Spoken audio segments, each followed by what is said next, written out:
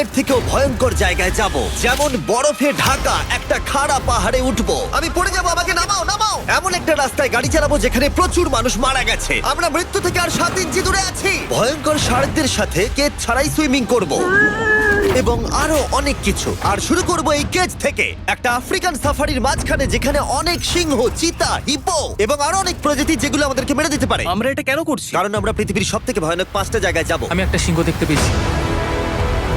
ও মাই god, এটা আমরা কেন করছি? আর যাতে সিংহরা আমাদের কাছাকাছি আসে তাই আমি অনেক মাংস এনেছি।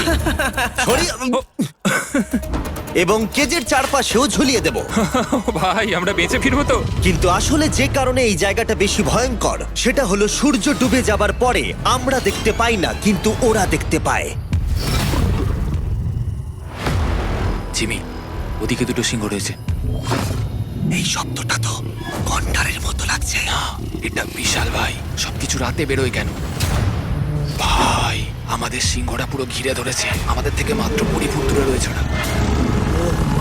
সিংহগুলো আমাদের চারপাশে ঘুরেই যাচ্ছিল। আমরা